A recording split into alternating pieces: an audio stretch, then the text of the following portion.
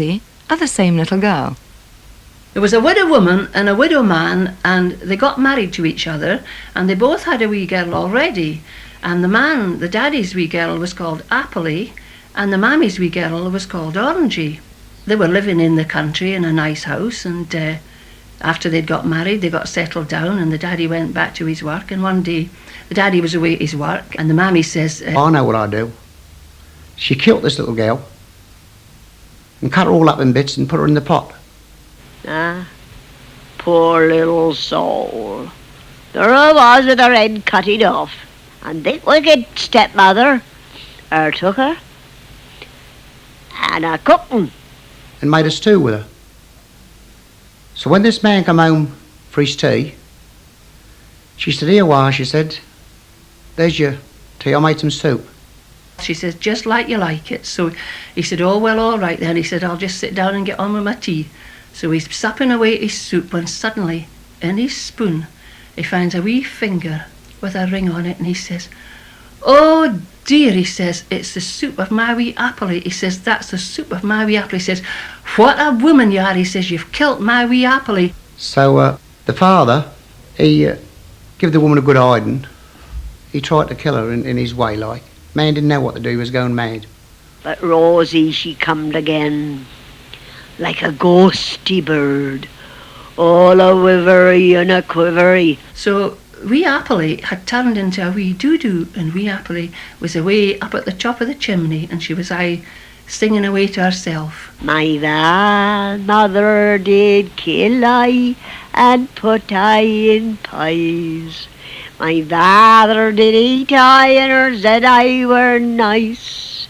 My two little sisters, they sucked my bones and buried I under the molly stones. And she flew down and she had a look at all the shops, and suddenly she saw a shop, with a jeweller's shop, a watchmaker's, with a gold watch in the middle of the window, the best gold watch that ever you saw, all covered with jewels. And she went into the shop and she says to the man, she said, "If I sing you a song and tell you what my mammy did to me, will you give me that golden watch?" He says, "Well, wee doo-doo," he says, "I've not heard a wee doo sing a song before." He says, "But if you sing me a song about what your mammy did, I'll give you that golden watch." So she says, "My mammy killed me, my daddy ate me, my sister Orangey picked my bones and put them between two marble stones, and I grew and I grew and a bonny wee doo-doo." So the jeweller gave the dove the watch. Then away she went to another shop and got a beautiful doll for her sister. Finally she went to a hardware shop and got a sharp axe. As it was Christmas, she then flew to the rooftop of her home and called down the chimney for her sister. Her sister looked up the chimney and she dropped the doll down to her. The wee doo-doo then called for her father. "Father, father, look up the chimney pot, see what I got for you. A big gold watch and chain and things for Christmas. Mother, mother, look up the chimney pot, see what I got for you." So Mammy stuck her head away up the chimney, and down she dropped the great big axe, and it cut her head right in two, and that's as sure as I'm here, and as sure as I'm never. And yet another wicked stepmother bites the dust. When a version of that story was recently told on television, some people wrote in to complain that it was extremely gruesome. But I think that half the fun of that sort of tale is the fact that it can be enjoyed, even relished, from the snug safety of a nice warm bed or in secure company around the fire. You can experience all the fear without any real danger. And as psychologists tell us, it's through jokes and stories that we come to terms with subconscious anxieties. The fact that people still enjoy spine-tingling tales has been shown by the number of spooky stories sent in by listeners. The greater proportion of these tales have been ghost stories or urban legends dealing with unpleasant things that could happen to motorists. We've heard how the old story of Appley and Orangey, or Rosie, can be changed by each storyteller, either by adding or taking things out, or adapting it to suit his or her particular audience or environment. Modern legends work in just the same way. And I've received dozens of stories that concern a driver who gives an old woman a lift. A young woman parked a car in a high-rise parking building in Tunbridge Wells. and following her shopping spree, upon her return, she found an old lady, complete with shopping bags, sitting in the back seat of her car. After questioning the old lady, it appeared that she had become totally exhausted and had chosen to rest in this unlocked car. The young woman asked where she lived, and as the address was practically round the corner, she offered to give her a lift home. Starting the car and putting it into gear, she turned to look over her shoulder. She noticed the hand of the old lady resting on the back of her seat. It was large, hairy, and easily recognized it as a man's. Thinking quickly, the young woman paused and asked if the old lady could possibly get out and direct her, explaining that she had just passed her driving examination and was still very unsure about reversing. The old lady obliged, and the young woman sped away to the nearest police station. The shopping bags were examined, and an axe was found. That version of the story, sent in by Mrs. Murphy from Hurstmonceux in East Sussex, was told to her husband about a year ago by a colleague at work. It had supposedly happened to the wife of a friend of a friend.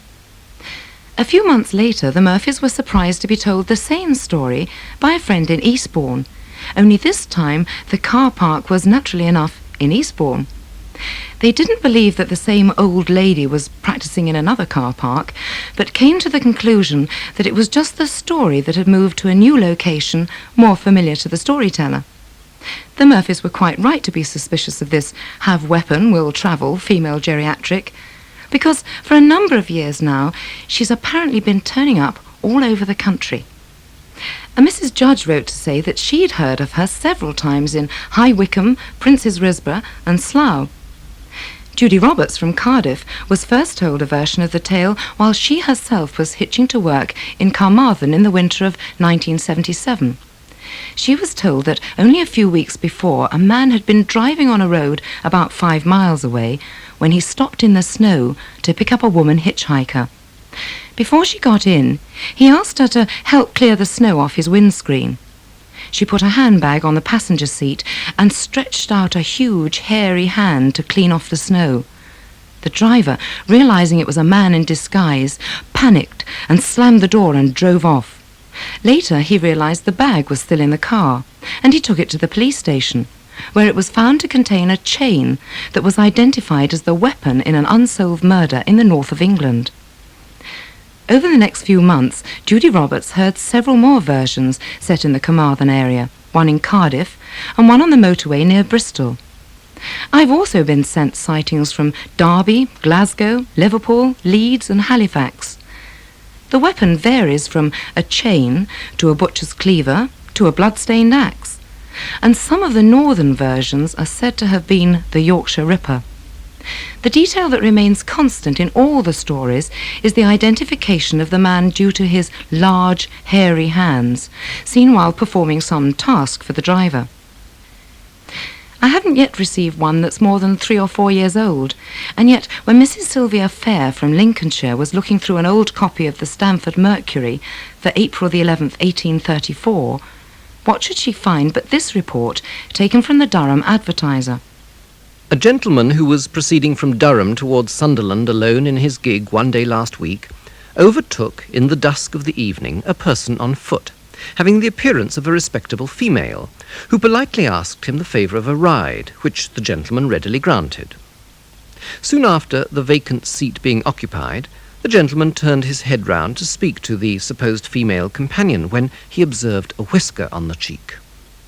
Surprised and somewhat alarmed at this discovery, he purposely dropped his glove on the road, and immediately drew up, requesting the stranger to be so good as to alight and pick it up, as his horse would not stand to enable him to do so. This scheme had the desired effect. The person alighted, and the gentleman instantly drove off at a rapid pace, leaving his late companion at a distance in the rear. On afterwards examining a reticule which had been left in the gig, the gentleman was horrified to find that it contained a brace of loaded pistols. Surprisingly enough, we've also had many of the older fairy or witch stories, and we've even had a delightful little piece about the witch's constant companion, the cat. This one was sent in by Mrs. Rose Donahue. The first cat in the world came in with a fortune of 3 halfpence. She used 1 halfpenny to buy the right to have the most comfortable seat in the house. The second halfpenny bought the ability to steal without being caught. The third halfpenny was for the ability to see in the dark. I'd like to finish this programme, though, with just one more modern legend. It's from Mr. Galen Ives of Sheffield, who wrote, I know this story's true because it happened to my uncle. He was returning to Sheffield from Manchester across the Snake Pass on the A57 one cold, wet night in late November. It was raining cats and dogs. He'd gone up Snake Hill out of Glossop, and where the road bends round to the left at the top, with a sharp drop to the right, he saw a girl in her late teens standing by the side of the road. She had no coat on and was sopping wet, so he stopped and offered her a lift. To his surprise, she declined, saying that she had to wait for her boyfriend and he wouldn't be long. But she asked him to go to her father's house and let him know she'd be late because he was bound to be worried. Well, the address was a little out of my uncle's way, but he made the detour and arrived at the man's door at about 11 o'clock. He knocked, and after a while a rather old man came to the door. Thinking that the man looked a bit old to be the father of a young girl, my uncle asked if he was Mr. So-and-so, the name the girl had given him. I am, said the man. Oh, well, I've a message from your daughter. She's stuck on Snake Pass waiting for her boyfriend. I tried to offer her a lift, but he stopped because of the look of shock and disbelief on the man's face. Finally, with an effort, the old chap managed to say, My daughter's dead. She was killed along with her boyfriend when his motorcycle went off the bend going down Snake Hill. That was 25 years ago.